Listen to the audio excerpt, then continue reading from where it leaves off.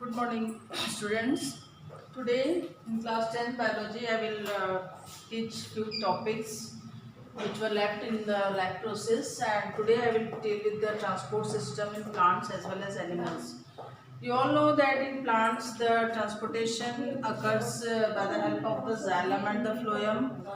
We know that xylem, they are the conducting tissues, or we can say they are the vascular tissues which transport water, minerals and food to different parts of the plant. So as you all know, in the transport system in plant there are two organs, we can say xylem and phloem. The main elements of the xylem are tracheids, vessels, xylem parenchyma and xylem fibers, whereas phloem consists of seed tubes, companion cells, phloem parenchyma and phloem fibers. And the main function of the xylem is that it transports water and minerals from the roots to different parts of the plant, means it is unidirectional. From root it is transported to different parts of the plant, that is in the upward direction. Whereas in the phloem, we all know that the plants prepare food in the green part of the green leaves, and this food which is prepared from the leaf is transported to different parts of the plant. So it is multidirectional, means to all parts of the plant the food is transported, and it is transported through the phloem. And phloem consists of four elements again like xylem. So phloem consists of seed tubes, companion cells, phloem parenchyma and phloem fibers. So these are the two main conducting tissues in plants which helps to transport the water, minerals and food to different parts of the plant. Now this process of transportation of food from leaves to different parts of the plant is called translocation. So translocation means when the food which is prepared in the leaf by the help of sunlight, water, carbon dioxide and chlorophyll, that process is called photosynthesis, you all know. And from the leaf the food is transported to different parts of the plant. So this process is called translocation. And if we study about the transportation in human beings, in the animals or human beings, so especially in human beings mostly we have blood is the main, we can say it is the connective tissue which transport different substance, not only the useful substance but also the harmful substance, that is waste, are transported through the blood.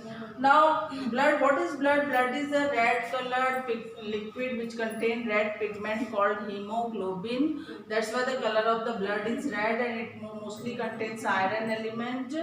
And blood contains four parts: plasma, RBC, WBC and platelets. So all the four parts, that is the plasma, WBC, RBC and platelet, they have particular functions, and these four components form the blood. And blood is a type of connective tissue which flows in our blood vessels, in arteries and veins. Now this plasma, they contain the liquid part of the blood, and mostly the whatever the proteins, amino acids or the waste, all as well as other nutrients, hormone, they are present in the plasma, and they are transported to different parts of the body. And this plasma, it is liquid part of the blood, we can say, and it contains mostly 80% water, and 20 part contains other substance.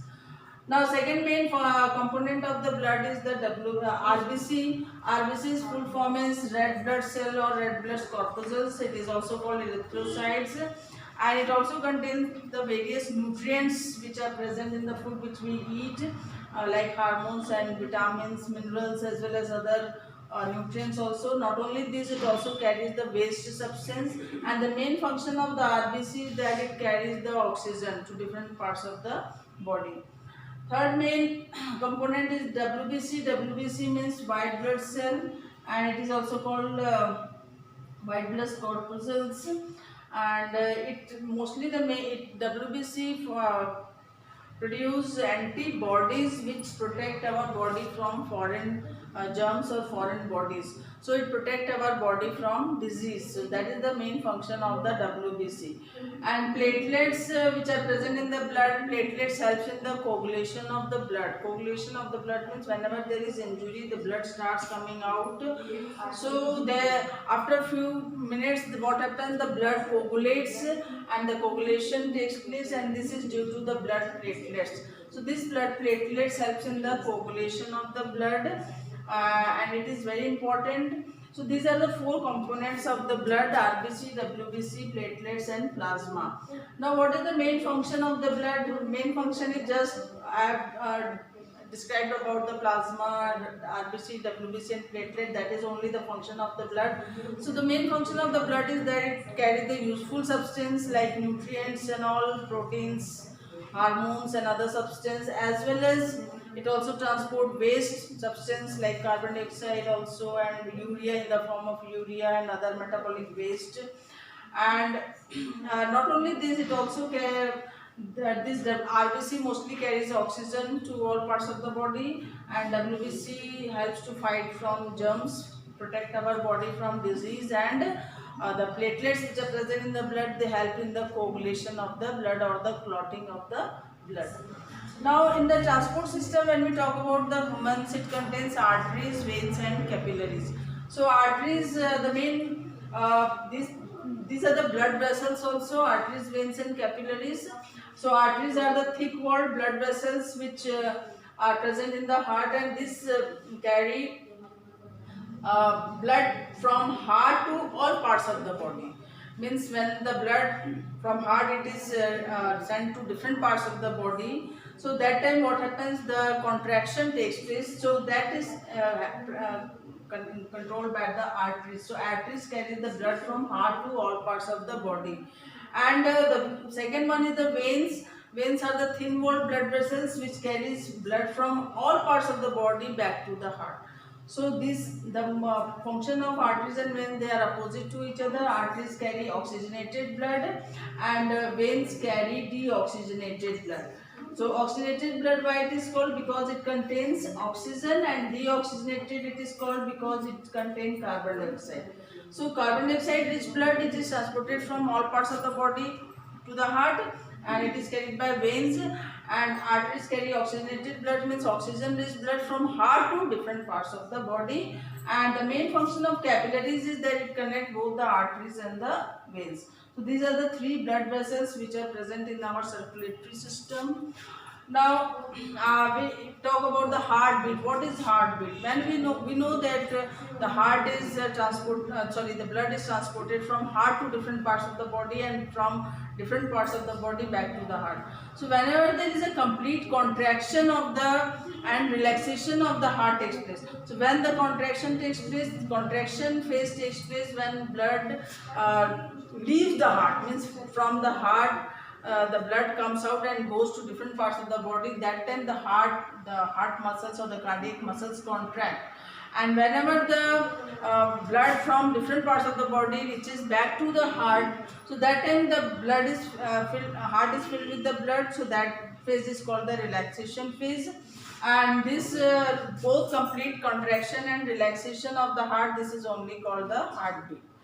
And blood pressure is what? Blood pressure is actually, we all know that blood is pumped around the body by the heart. So in the same way, from heart to different parts of the body and from different parts of the body back to the heart. So when the contraction and relaxation phase takes place continuously, this is only means the pressure through which this blood flows around the body by the heart, and this is called the blood pressure. So this blood pressure is actually the systolic pressure and diastolic pressure. Systolic pressure means, as I have already told you, that blood from the heart, it leaves the heart and goes to different parts of the body. That time the contraction takes place in the heart, in the muscles of the heart. So that contraction phase is only called the systolic pressure, and this means maximum pressure through which the blood leaves the heart and goes to different parts of the body. And diastolic pressure means the minimum pressure through which the blood enters the heart and that is called diastolic pressure. And the value is systolic pressure, the value is 120 mmHg, and diastolic pressure, the value is 80 mmHg. And if we take the total as the normal blood pressure of the human body, it is 120 by 80 mmHg. And if during physical exercise or any kind of physical activity, what happens, the blood pressure can increase or can decrease also. So this minimum or the normal blood pressure of the human body is 120 by 80 mmHg, and when this increase by this value means the person suffers from high blood pressure, and if the value decreases by 120 by 80, then a person suffers from low blood pressure. Now in the tomorrow's class I will teach you about the structure of the heart as well as the functioning of the heart. Thanks for today.